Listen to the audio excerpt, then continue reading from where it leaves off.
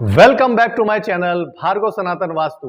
आज हम बात करेंगे वास्तु की।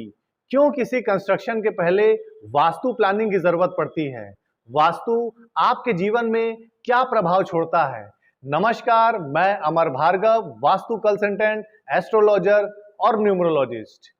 अगर आपको वास्तु, ज्योतिष या अंक ज्योतिष रिलेटेड कुछ जानना हो या कंसल्ट करना हो तो नीचे दिए गए नंबर पे आप अवश्य कॉल करें।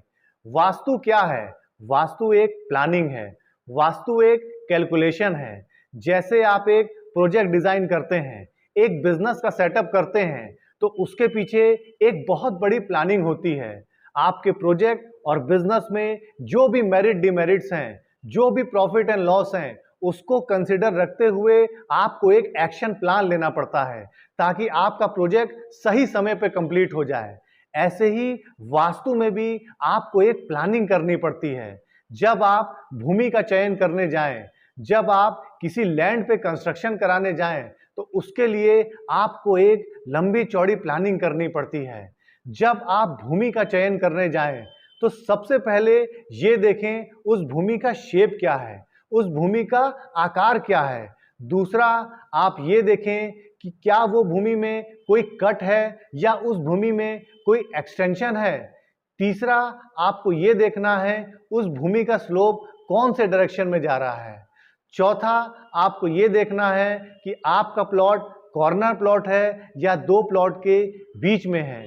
पांचवा, आपको ये देखना है कि आपकी भूमि की दिशा कौन सी है। आपका प्लॉट पूरब मुखी है, पश्चिम मुखी है, उत्तर मुखी है या दक्षिण मुखी है। और सबसे लास्ट में जो सबसे इंपॉर्टेंट है वो है मिट्टी की जांच। आप प्लॉट की मिट्टी जरूर जांचें क्योंकि उसमें भूमि दोष हो सकता है। अगर भूमि दोष है तो उस भूमि में नकारात्मक ऊर्जा भंग कर सकारात्मक ऊर्जा का संचार करें। आप भूमि के आवश्यकता अनुसार उसमें जो चीजें गड़ती हों वो गाड़ दें, यानी कि भूमि की खुराक पूरी कर दें। आप चाहें तो पूरी की पूरी नाभि विधि कर सकते हैं, भूमि दोष पूरी तरह से खत्म हो जाएगा। जब भूमि दोष खत्म हो जाएगा तब हम कंस्ट्रक्शन की प्लानिंग में आएंगे। कंस्ट्रक्शन प्लानिंग में अगर हम रेसिडेंशियल वास्तु को कंसिडर करें तो आपका बेडरूम ऐसी दिशा में होना चाहिए जहां आप रिलैक्स महसूस कर सकें, आपको नींद आ सके। आपका मंदिर उस दिशा में होना चाहिए ताकि आपका मन भगवान की भक्ति में लग सके। आपका किचन ऐसी दिशा में होना चाहिए ताकि आपका भोजन स्वाद पक सके, आपका स्वास्थ्य सही रह सके। आपका बाथरूम ऐसी दिशा में होना चाहिए ताकि नकारात्मक ऊर्जा आप तक असर ना कर पाए। और सबसे लास्ट में है आपके घर की एंट्री, जो कि सबसे इंपॉर्टेंट है क्योंकि सारी एनर्जी यहीं से आती जाती है। आपके घर की एंट्री स्वस्तिक एंट्री होनी चाहिए। स्वस्तिक एंट्री के बारे में जानने के लिए आप हमारे चैनल पे जाके स्वस्तिक एंट्री वाला वीडियो देख सकते हैं। स्वस्तिक एंट्री के बारे में मैंने उस वीडियो में डिटेल में बताया है। अगर हम कमर्शियल और इंडस्ट्रियल वास्तु के बारे में बात करें तो आपका रॉ मटेरियल, आपका फाइनल स्टॉक, आपकी मशीनरी, आपकी सीटिंग, आपका लॉकर, हर एक चीज प्रॉपर दिशा में होना चाहिए।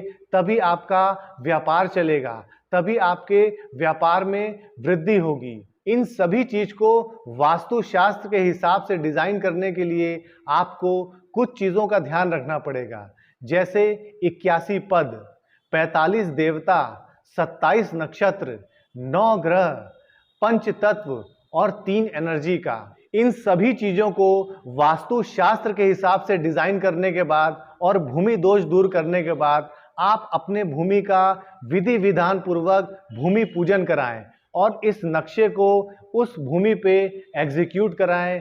आपका सुख समृद्धि वाला भवन पूरी तरह से तैयार हो जाएगा।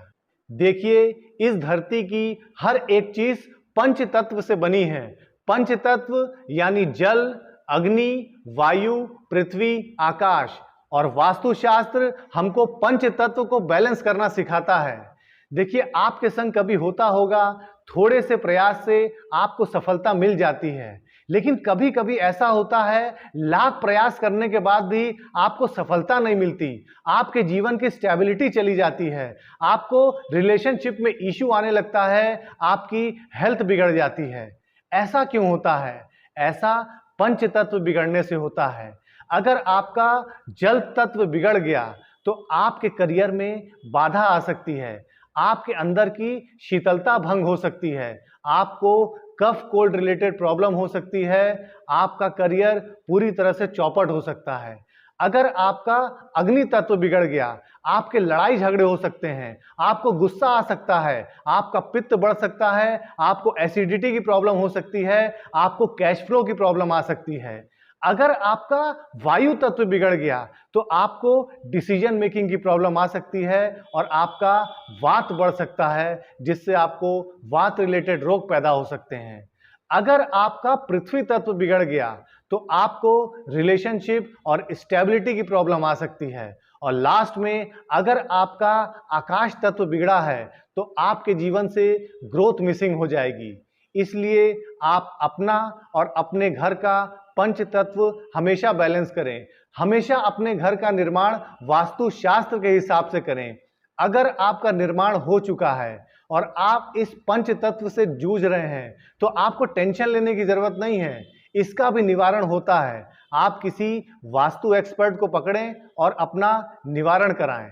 आशा है आपको ये वास्तुशास्त्र का वीडियो पसंद आया होगा। आप कमेंट बॉक्स में अपना फीडबैक दे सकते हैं और इस वीडियो को लाइक और शेयर कर सकते हैं। जय श्री राम, धन्यवाद।